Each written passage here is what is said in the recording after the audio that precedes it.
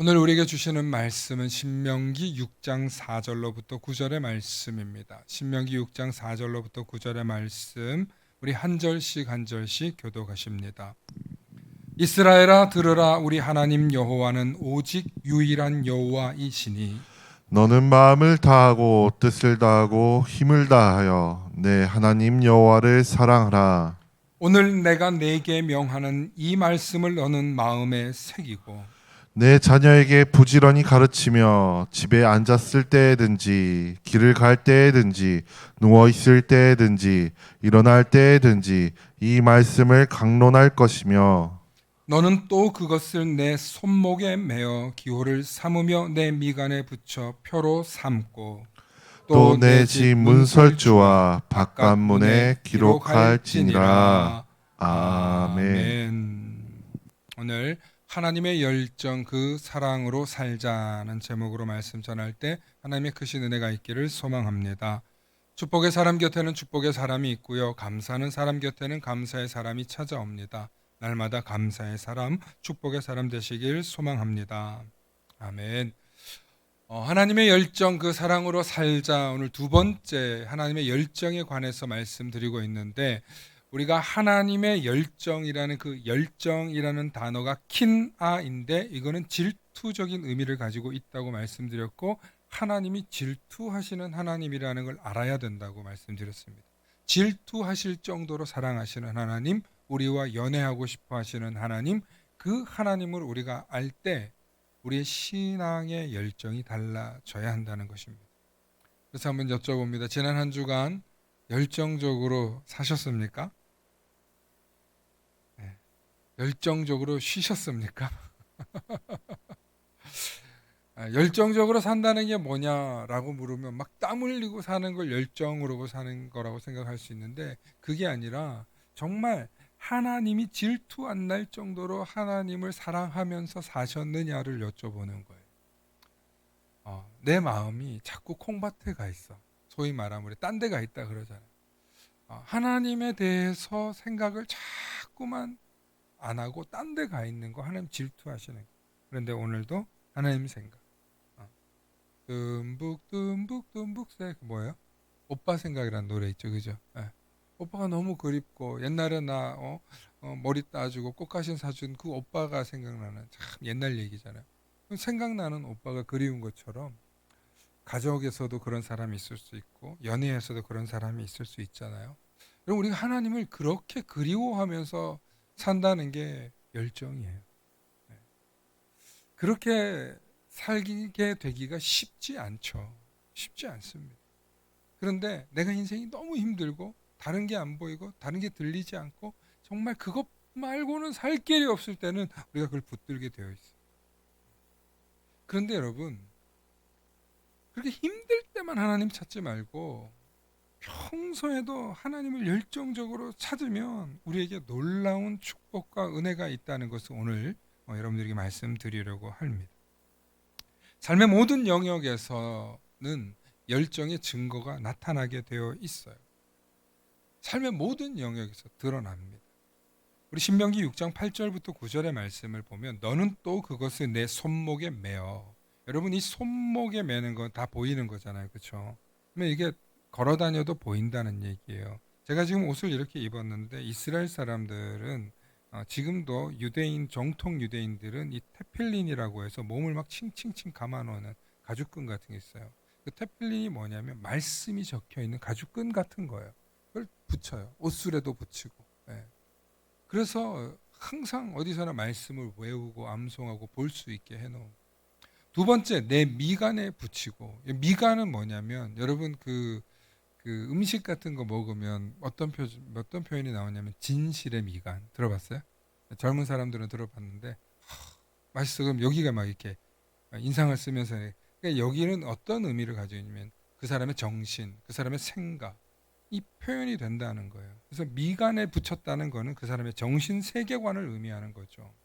그리고 또 내 집 문설주와 바깥문에 기록하라. 여러분 바깥문에 기록하는 건 말 그대로 이름 우리는 교패 같은 걸 붙이곤 하잖아요. 문설주에 붙인다는 거는 여러분 집에 좀 그래도 우리 집이 가풍이 있어. 그런 집은 뭐가 있냐면 가훈 뭐 이런 거 붙여놔요. 여러분들 집에 하나씩 있기를 소망합니다. 저희 집에 가면은 경천 애인이라고 붙어 있어요. 식탁 위에 붙어 있는데 우리 큰애가 처음에 4살 때 그걸 이렇게 읽더라고요. 경찰 애인, 경찰 애인. 그래서 경천 애인이라고 알려줬는데 얘가 경찰 애인이라고 그랬어. 제가 너 저거 어떻게 읽어? 경천 애인이라고 읽지. 너 옛날엔 경찰 애인이라고 읽었어. 아이가 무슨 뜻인지 계속 설명해줘요. 한 번씩 볼 때마다. 하나님을 경외하고 이웃을 사랑해야 돼. 그리고 그 구체적으로 또 세부적인 내용들을 썼어요. 그렇게 아이에게 그것을 밥 먹을 때마다 밥상머리 교육을 하면서 가르치는 거죠. 그런데 이게 우리가 여기다 붙여놓았다는 의미는 뭐냐면 우리 집안의 가훈이고 가치관이고 철학이라는 뜻이에요. 그걸 매일 보고 듣고 하는 거예요. 네. 바울은요. 자기 삶이 얼마나 하나님께 올인이 되어 있는지 당당하게 이런 표현을 씁니다. 빌립보서 4장 8절부터 9절 말씀인데요. 우리 함께 읽어보십니다. 함께 읽습니다. 시작. 끝으로 형제들아 무엇에든지 참되며 무엇에든지 경건하며 무엇에든지 옳으며 무엇에든지 정결하며 무엇에든지 사랑받을 만하며 무엇에든지 칭찬받을 만하며 무슨 덕이 있든지 무슨 기림이 있든지 이것들을 생각하라. 너희는 내게 배우고 받고 듣고 본 바를 행하라. 그리하면 평강의 하나님이 너희와 함께 계시리라. 아멘. 여러분 바울 사도는요 형제들에게 자기가 복음을 전한 수많은 사람들에게 얼마나 담대하게 얘기해. 무엇이든지 어디 가든지 뭘 하든지 어떤 상황에 있든지 이렇게 해보라는 거예요. 그런데 9절에 너무 당당하게 너희는 내게 배우고 받고 듣고 본바를 행하라. 와, 사람이 어떻게 사람들에게 나를 본받으라고 말할까? 이 정도 되기가 쉽지 않죠. 그럼 부모가 자식에게 너 나 좀 본받아라고 말할 수 어릴 땐 있겠지만 인생을 살면서 정말 너는 나를 본받아야 된다라고 말하기가 부모조차도 쉽지 않은 이야기거든요. 바울은 내게 배우고 받고 본바를 행하라고 이야기하는 거예요.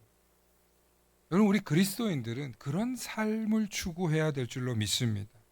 수많은 교회가 세워지고 수많은 제자들이 양육될 수 있는데 그들에게 표본이 되기 위해서 바울 사도는 12제자들이 순교했던 것처럼 본인도 마지막에는 순교해요. 그런데 그 순교하기 직전까지 그의 삶은 뭐였냐면 1차, 2차, 3차 전도 여행을 가면서 그의 온 삶이 선교로 뒤범벅이 될 정도예요. 온갖 고난 속에서 여러 번 죽을 뻔하고 여러 번 배가 파손되고 여러 번 온갖 어려움 속에서 독사에게 물리고 쫓기기도 하고 도망도 쳐야 되고 별의별 일을 다 겪었는데 다 누굴 위해서 한 거예요? 주님을 위해서 한 거예요. 그러니까 온 삶이 모든 그의 삶의 열정이 예수 그리스도의 복음을 전하는 일이었던 거예요. 할렐루야. 성경에 열정의 사람 하면 진짜 바울이에요. 정말 열정의 사람. 그래도 여러분 보고 다 바울처럼 살라는 건 아니고 그렇게 살면 좋은데 너무 부담 갖지 마세요. 또 오늘 그렇게 못 산다고 뭐라 하는 거 아니니까. 열정적으로 살 때 오는 유익이 있다는 걸 얘기하려고 하는데 여러분 열정적으로 사랑하고 열정적인 사랑을 하면 우리에게 따릅시다. 영적인 활력이 찾아온다. 아멘. 여러분 바울은 어차피 죽기를 각오했어요. 왜냐하면 바울의 소원인데 그게 뭔지 아세요? 바울의 소원은요. 살아있는 동안에 예수 그리스도의 부활을 보고 영생이 무엇인지를 아는 거였어요. 소원이 남달라요. 예수 그리스도가 부활하시고 예수 그리스도가 다시 사신 것을 나도 소망한다는 거예요. 그러려면 어떻게 돼요? 죽어야지. 죽어야 부활할 거 아니에요. 그러니까 죽는 게 두렵지 않은 사람. 근데 이렇게 되기까지 바울이 왜 그렇게까지 그의 마음속에 열정이 들어 있었냐면 자기가 예수 믿는 사람들 핍박하고 죽였죠. 스데반 옆에서 죽는 걸 보고 당연히 죽어야 된다고 생각했던, 정말 자기는 죄인 괴수라고 생각했던 인물이잖아요.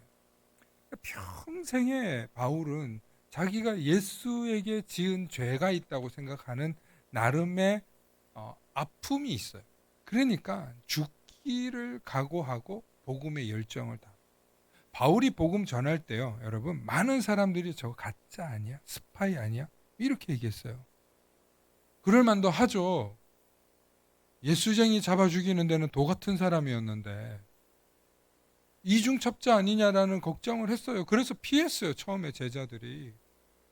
그런 많은 오해를 받으면서도 바울은 아니라고, 끝까지 정말 나는 주를 위해서 죽기를 헌신하고, 그가 배운 신학과 성경적 지식을 가지고 오늘 초대교회에 얼마나 많은 영향을 미쳤는지, 그리고 자기를 믿지 않는 유대계 그리스도인들을 찾아가서 끝까지 헌신하고 도와주는 일을 그는 합니다. 사랑하는 성도 여러분, 이 열정이 뒤바뀌면 놀라운 일을 하는 거예요. 예수를 핍박하던 사람이 예수를 전하는 사람으로 바뀌는.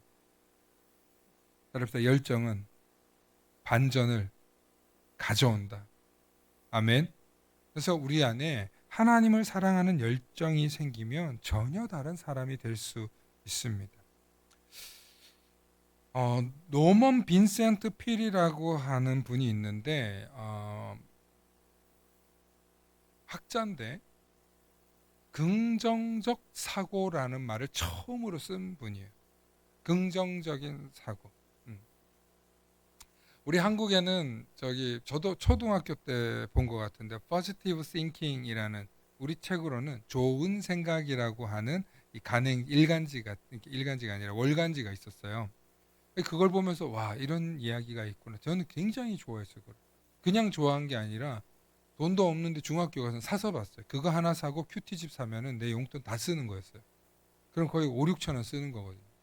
근데 그걸 보면, 그 이야기를 들으면, 성경도 보는 것도 좋지만 사실 성경은 너무 어려웠고, 그 정도 예화의 이야기들을 듣다 보니까 제 안에 아주 깊이 잠재되어 있는 게 뭐냐면, 좋은 이야기를 들어야 마음에 긍정적인 생각이 생기는 거예요. 근데 나중에 영어를 배우니까 알았어요. 좋은 생각이 아니고 positive thinking이더라고요. 그게 번역하면 긍정적 생각이에요. 예. 나는 긍정적인 생각을 하려고 본 게 아닌데 그 월간지가 좋은 생각이었는데 그런 이름이었더라고요. 나중에는 그 두 개를 같이 보면서 제가 목사를 꿈꿨다는 거 아니에요. 생각해 보면. 근데 이 긍정적 사고를 주창한 노먼 빈센트 필이라는 박사님이 하루는 기차를 타고 이렇게 여행을 가는데, 어떤 옛날에 미국에는 굉장히 긴 시간이 때문에 일주일 2주씩 기차를 타고 그랬어요.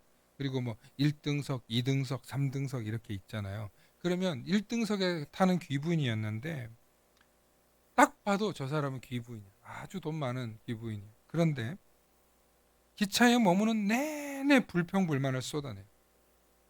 비싸기만 한데 음식이 맛이 없군. 직원이 왜 이렇게 불친절해.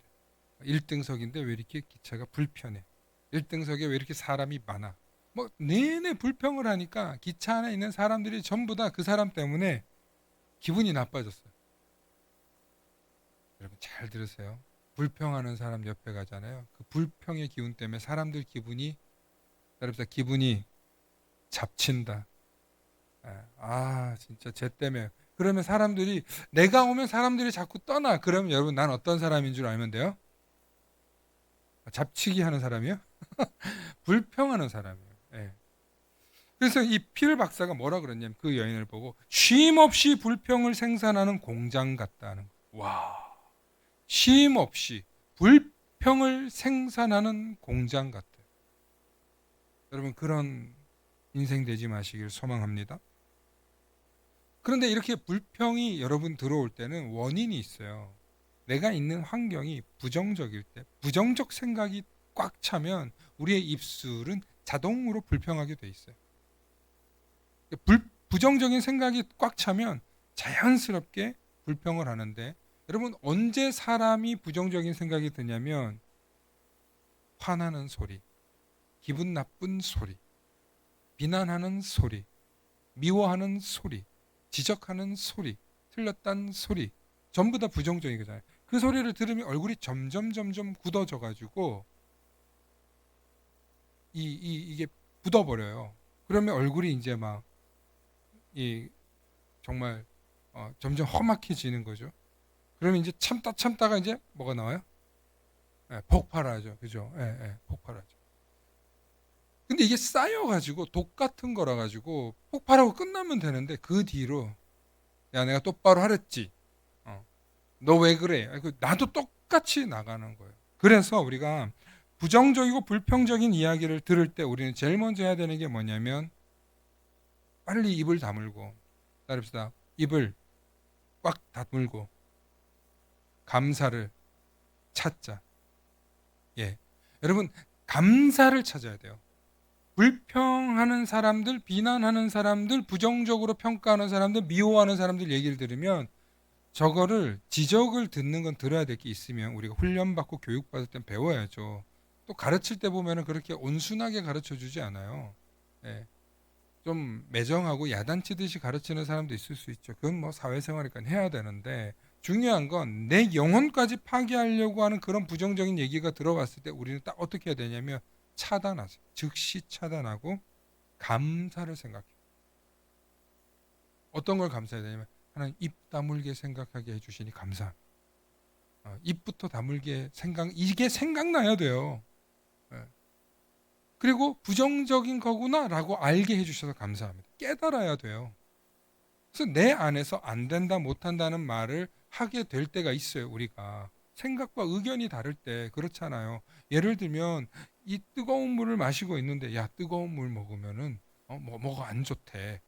또 차가운 물을 먹으면 뭐가 안 좋대. 다 각자 들은 정보를 가지고 유익하게 말하려고 하는 거거든요. 그런데 우리 듣다 보면 내가 듣고 싶지 않을 때가 있어요. 여러분 듣고 싶지 않은 건 안 들으면 돼요. 네. 그럼 듣고 싶은 것만 듣는 것도 재주예요. 참 어쩌면 그런 사람 있잖아요. 저 사람은 남의 얘기는 안 듣고 듣고 싶은 것만 듣는다. 그 사람 생각보다 건강합니다. 고집도 세고. 근데 여러분 그런 얘기를 하려는 게 아니라 정말 우리가 건강하려면 부정적인 것이 들어왔을 때 긍정으로 멈춰야 되는데 긍정으로 갑자기 이렇게 스위치가 바뀌어지는 게 아니에요. 어떻게 바뀌냐면 감사가 찾아지면 돼요. 그래서 불평하는 사람 옆에서 침묵 가운데 감사를 찾자. 그럼 이 어려운 건데요. 훈련하셔야 되는 일이에요. 예, 해야만 되는 일이에요. 그래서 감사를 찾으면 우리 안에서 다시금 긍정의 회로가 돌기 시작합니다. 그래서 긍정의 먹이는요 감사예요. 예. 여러분들께서 한번 생각해 보세요. 내가 감사의 사람인지 불평의 사람인지 한번 써보세요. 그리고 여러분들이 어떤 일을 하려고 할 때 어떤 일을 마주했을 때 그게 부정적인 게 더 많이 보이는 사람이 있어요. 부정적인 사람 맞아요. 그런데 그게 될 수밖에 없는 게 보이는 사람은 긍정적인 사람 맞아요. 저는 남들보다 한 3배 이상은 긍정적인 사람인 것 같아요. 왜냐하면 워낙 부정적인 환경을 극복해서 긍정으로 만들어 오는 훈련을 하다 보니까 한 3배 이상은 긍정을 찾고 얘기하는 사람인데요. 그래도 몸이 피곤하거나 지치면 저도 잘 안 될 때가 있어요. 그때 어떻게 하냐면 하나님 지친 걸 알게 해주셔서 감사합니다. 좀 쉬었다가 제가 다시금 하나님의 예배하게 해주세요. 아무리 피곤해도 하나님의 예배하러 올라오면요 감사가 쏟아나기 시작해요. 그 감사의 조건 중에 예배하는 자는 감사할 수밖에 없는 줄로 믿으시길 바랍니다. 일주일 동안 여러분들이 세상에서 막 공고하게 살고 기쁘게 살고 어떻게 살았든 오셔가지고 예배를 하는 순간 여러분 어떤 분들이 되냐면 아멘 감사의 사람이 되는 거예요. 그래서 감사의 사람 곁에는 어떤 사람이 찾아와요? 감사의 사람이 찾아오는 거예요. 축복의 사람 곁에는 어떤 사람이 찾아와요? 축복의 사람이 찾아와요. 그러니까 불평의 사람 곁에는 누가 찾아와요? 안 찾아와요. 기분 잡쳐서 다 떠나요. 예. 불평의 사람 곁에는 아무도 안 와요. 감사하는 사람 곁에 오더라고요. 예. 이 감사하는 사람은 뭐 하게 돼 있냐면 긍정의 먹이를 먹였기 때문에 긍정적인 사료가 나오는 거예요. 할렐루야. 두 번째로 우리가 하나님을 열정적으로 사랑하면 우리에게 어떤 일이 있느냐면 우리가 열정으로 살면 더 젊고 건강하게 만드는 힘이 생깁니다. 한번 두 번째 읽어볼까요? 열정은 우리의 삶을 더 젊고 건강하게 만드는 힘이 됩니다. 원료가 됩니다. 아멘. 특히 이 하나님을 사랑하는 열정이 우리 안에 들어오면요. 아까 얘기했잖아요. 감사할 수도 있죠. 긍정할 수도 있죠. 그러니까 우리 몸에서 노화의 세포들이 더 빨리 사라져요. 그리고 더 우리 안에서 긍정적인 것이 나오게 되고 표정도 다르잖아요. 감사할 것도 찾고 주변에 사람도 있고 생기가 넘치니까 더 젊고 건강해진다는 거예요. 우리가 성경에 고령의 인물 가운데 하나님의 일을 한 사람이 정말 많은데요. 모세도 80이 넘었고 아브라함도 100세가 가까웠는데 여러분 갈렙도요. 여호수아와 갈렙도 그 나이에 광야에서 나와서 가나안을 정복하는데 갈렙이 85세에 헤브론 상지를 취합니다. 85세에. 예. 여기서 85세 넘는 분 아니고는 나이 좀 먹었다 소리 하시면 안 돼요. 예. 오늘 우리 김한호 원사님 편찬에서 못 오셨는데 여러분 85세 넘어서 나 좀 힘들어 그럼 제가 인정해 드릴게요. 갈렙을 보세요. 이 산지를 내게 주옵소서 하고 취하잖아요. 오늘날 많은 60대의 분들이 옛날의 60대 분들하고 완전히 다르셔요. 과거의 60대 분들은요, 상어른이셨어요. 과거에 한 30년 전에 60대들은요, 자기 위로 사람도 없고, 그러셔가지고 지금도 생존해 계세요. 지금도 그때 60의 어른이 그렇게 어른 같았는데 지금도 생존해 계시고 정정하신 분들이 많으세요. 그런데요, 지금의 60대 초반은요, 좀 화장 좀 하고 그러면 40대 같죠. 심하게 말해서 자매들은요 30대 후반처럼 보여요. 진짜 화장의 기술이 무섭습니다. 근데 그것만 그런 게 아니죠. 화장도 건강해야 먹을 거 아니에요. 그죠? 예. 제가 누구라고 딱 집으면 이분들이 섭섭할 텐데 여러분 뒷모습 딱 보면 30대처럼 보이는 우리 60대 분들 보이세요. 진짜로 빈말이 아니에요. 그런데 문제는 뭐냐면 내가 이렇게 건강한데 60인데도 아직도 철이 없어.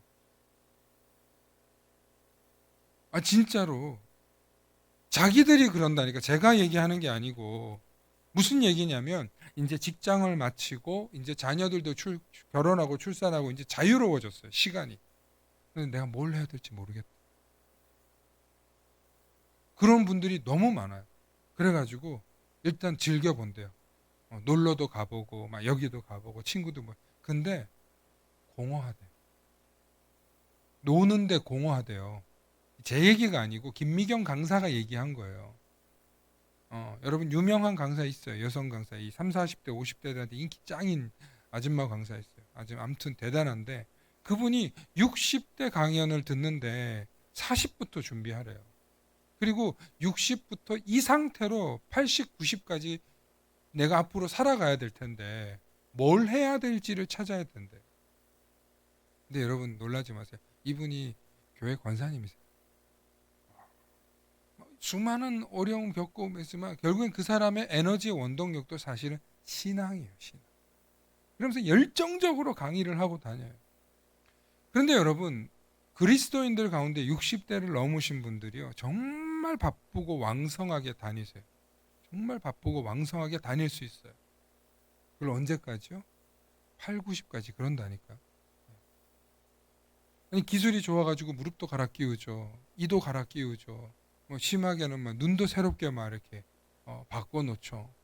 나중에는 정말 너무 오래 살까봐 좀 재수 없으면 150, 200 산다는 말이 농담이 아니고 재수 없으면 그렇단 말이 기술이 발달해가지고. 사랑하는 성도 여러분, 제가 왜 이 이야기를 하냐면 60이건 70이건 80이건 열정의 원료가 중요하다는 걸 말씀드리는. 몸은 조금 느려질 수 있고 관절은 조금 삐거덕될 수 있지만 놀랍게도 우리의 마음과 영혼은 늙지 않는다. 제가 개척 처음에 87세 된 할아버지가 오셨어요. 이제 코로나 때 돌아가셨는데 제가 그 어른한테 여쭤봤어요. 어르신, 마음이 늙어요, 안 늙어요? 목사님, 마음은 한 개도 안 늙대요. 이러시는 거예요. 와, 정정하게 마음은 안 늙는다는 거예요. 근데 3년 뒤에 돌아가셨어요. 87세에 오셨는데 90세 됐어요. 그때 이제 코로나 때문에 가신 게 너무 안타까운데 되게 건강하셨어요. 사랑하는 성도 여러분, 우리가 열정을 다해서 하나님을 사랑할 때 나타나는 현상이 있는데 그게 바로 오늘 신명기 6장 7절의 말씀이에요. 우리 함께 읽어보십니다. 함께 선포합니다. 시작. 내 자녀에게 부지런히 가르치며 집에 앉았을 때에든지 길을 갈 때에든지 누워 있을 때에든지 일어날 때에든지 이 말씀을 강론할 것이며. 아멘. 여러분, 이 말씀을 보면 내가 부모가 되어서 내가 어른이 되어서 우리 자녀들을 이렇게 가르치란 얘기시구나 이렇게 여러분 들으시죠. 근데 제가 놀라운 사실을 알려드릴게요. 가르칠 때 내가 배웁니다. 학교에 가면 반에서 1등하고 막 전교에서 노는 애들이 있어요. 걔네들 특징이 있어요. 시험 치거나 시험 기간 되면 얘네들이요 애들을 막 가르쳐줘요. 애들이 막 물어보러 와요. 쉬는 시간이야. 야, 이건 나 틀렸는데 맞는 것 같아. 이거 어떻게 푸는 거야? 물어봐. 그러면 진짜 공부 잘하는 애들은 특징이 있어요. 지 공부할 거 다 하고 애들을 가르쳐주기 시작해. 근데 얘가 지 공부할 거 없는 것 같은데 걔가 역시 1등이에요. 왜 그런지 아세요? 가장 최고의 학습은 누군가를 가르칠 때 완전히 내게 된대요. 공부 전문가들이 하는 얘기. 누군가를 가르칠 정도가 되었을 때 나는 확실히 안다는 뜻이에요. 그러면 이 이야기는 누구에게 한 말씀이에요? 자녀들에게도 필요하지만 누구예요? 자녀를 가르치는 부모 세대들이 이거를 확실히 알고 있으라는 거예요. 내가 부지런히 가르치며 집에 앉을 때든지 길에 갈 때든지 누워있을 때든지 일어날 때든지 이 말씀을 잔소리할 것이며 라고 돼 있어요? 아니에요. 강론할 것이며. 여러분, 잔소리가 되게 하는 것과 강론이 되게 하는 건 완전히 격이 달라요. 그렇게 사는 사람이 보여주는 거예요. 그렇게 확실히 사는 사람이 전할 때 듣는 사람도 배운다고 생각해요. 그렇게 안 살면서 하면 뭐가 돼요? 시키기만 하는 거예요. 잔소리가 되는 거예요. 그러므로 우리 그리스도인들은 우리 삶의 자리에서 잔소리를 하는 게 아니라 정말 우리 자녀들에게나 이웃에게나 우리 가정에서나 교회에서나 목장에서나 어디서나 여러분들이 가르칠 수 있는 사람에게까지 이르실 수 있기를 축원합니다. 그게 진짜 배운 거예요. 그럼 어떤 사람이 오늘 제일 많이 배우겠어요? 저예요, 저. 설교도 준비했지, 원고도 썼지, 열심히 봤지, 자료조사도 했지. 제가 제일 좋다니까요, 사실은. 열심히 하면서도. 그러니까 여러분들이 그렇게 살아내시는 게 정말 중요해요. 그러니까 성경 공부를 하시면서 만나를 보시면서 여러분들이 이걸 누구한테 전하지? 누구한테 보낼까? 마음으로 준비되어 있는 사람들 있잖아요. 여러분 그렇게 할 때 나도 그렇게 사는 은혜가 있는 줄로 믿습니다. 마지막으로 세 번째, 하나님을 향한 열정이 기적을 이루는데요. 중국 내지 선교의 아버지라고는 허드슨 테일러라는 분이 계세요. 이 목사님은 중국에 들어가서 살았어요. 아예 오지에 들어가가지고 거기서 죽을 때까지 있고 자기 자녀들까지 막 죽고 그랬어요. 근데 나중에 그의 후손들이 막 얼마나 많은지 그 지역에서 선교를 했는데 그분이 나중엔 어떤 인물이 되냐면 중국 선교의 아버지라는 칭호를 받습니다. 나중에 한번 허드슨 테일러라고 한번 검색해보세요. 지금 중국에 1억 명 이상의 지하교인들이 있대요. 그 발판이 바로 이분이 한 거예요. 그때는 그렇게 부흥도 안 됐어요. 그런데 그 선교의 문을 열었어요. 할렐루야. 왜 그러냐면 정말 주님을 사랑해서 주님을 위해서 사랑하는데 중국이 자꾸 눈에 들어와서 복음을 전했다. 우리 한국 땅에도 언더우드가 들어오고 알렌이 들어오고 많은 선교사들이 정말 뛰어난 선교사들이 들어와서 이 조국 땅을 부흥시켰잖아요. 여러분 선교도요. 정말 누군가의 희생이 있었기 때문에 이 나라와 민족이 부흥하고 발전한 줄로 믿습니다. 1924년 파리 올림픽 육상 선수였던 에릭 리들이라는 육상 선수가 있었는데요. 이분은 주 종목이 100m 달리기예요. 그런데 나갔다 하면은 3위 안에는 들어. 금은 동은 중에는 하나는 따는 사람이야. 그런데 하필이면 결승전 경기가 주일날 한 거예요. 요청을 바꿔달라고 했는데 안 바꿔줘서 자기는 그만 100m 경기 안 나갔어. 주일이라고. 그래서 400m 경기에 나갔는데 이거는 결승전이 주일이 아니었어. 400m 나가서 금메달을 땄어요. 주 종목이 아닌데. 그래서 이 이야기가 영화로 만들어져 가지고 많은 사람들에게 알려진 그런 이야기인데요. 제가 무슨 얘기를 하려고 하냐면 하나님에 대한 그 열정이 때로는 과하다 싶을 때가 있어요. 야, 국제 경기인데 무슨 주일 할 수도 있지라고 말할 수도 있어요. 근데 아니야. 나는 절대로 주의를 어긴 적이 없어. 지금까지 한 번도 어긴 적이 없어. 나는 포기할 거야. 때로는 하나님에 대한 열정이 세상 사람들이 볼 때는 저거 바보 아니야? 저거 멍청이 아니야? 이런 소리를 들어요. 우리가 그리스도인으로 사는 건 어쩌면 세상 사람들이 볼 때는 반 멍청이 같아요. 교회 가가지고 헌금하고 뭐 선교한다고 나눠주고 어디에 뭘 했는지도 모르게 내가 쓰고 뭘 그렇게 넘쳐 사는 것도 아닌데 나누고 베풀고 사는 게 좋대. 세상 사람들이 볼 때는 야 악착같이 긁어 모아야지. 응? 지금은 돈이 돈을 버는 시대인데 라고 얘기하는 시대 아닙니까? 현실을 제대로 바라보지 못하고 맨날 손해만 보는 것 같은 바보 같은 사람들이 세상을 바꾸는 줄로 믿으시길 바랍니다. 세상은요 정말 똑소리 난다는 사람들이 바꾸는 게 아니라 열정이 있는 바보들이 바꿉니다. 여러분 과학자들이요 바보들이에요. 과학자인데 돈 잘 버는 사람 드물어요.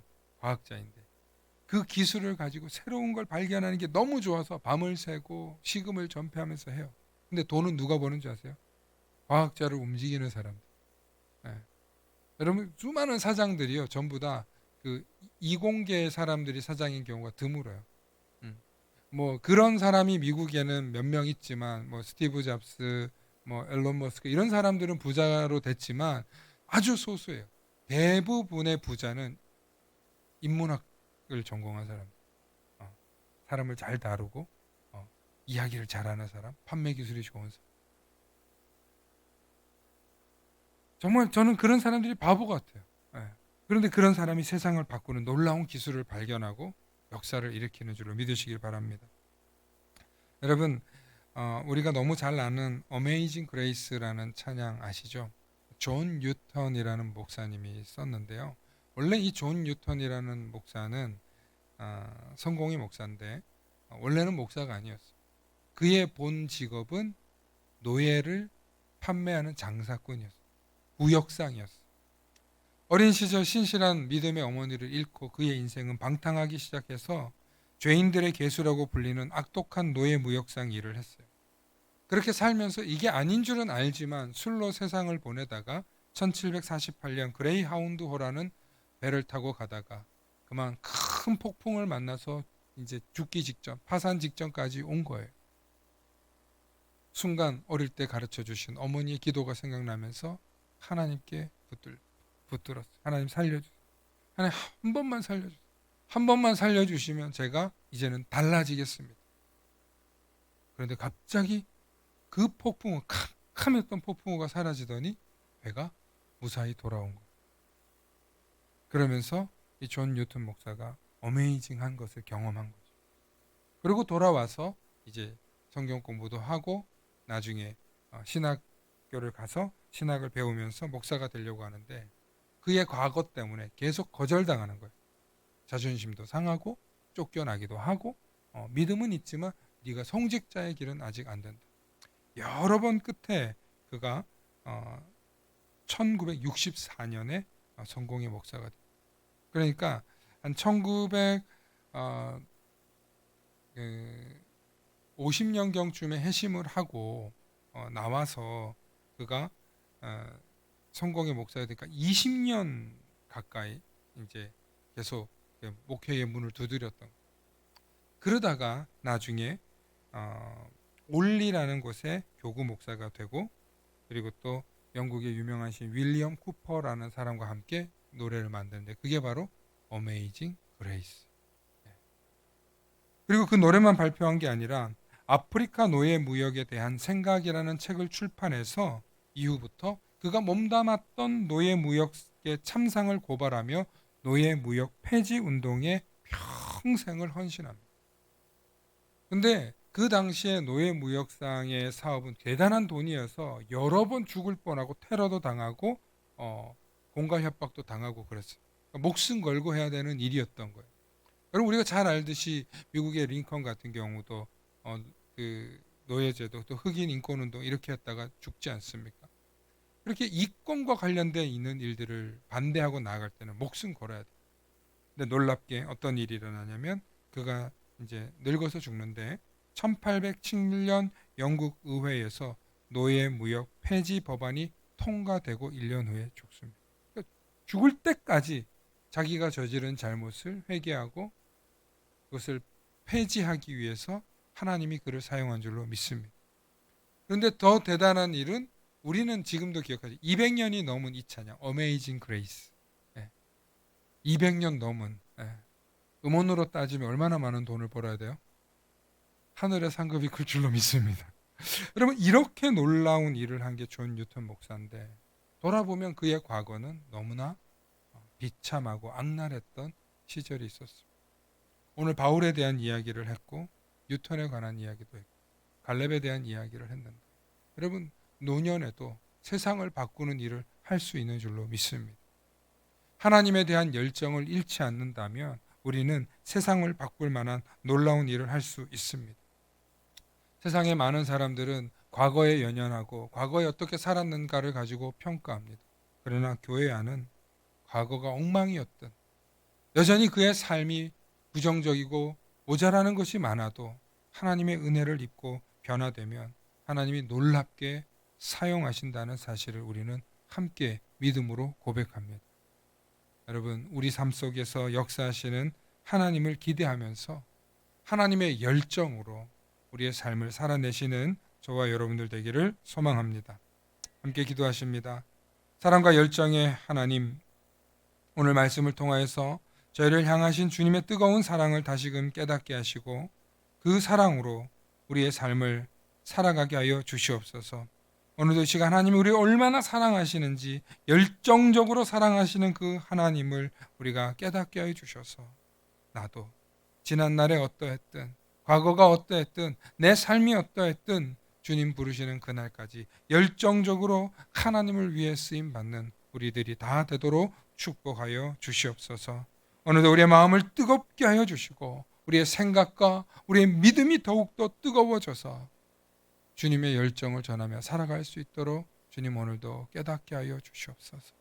감사드리며 예수님 이름 받들어 기도하옵나이다. 아멘.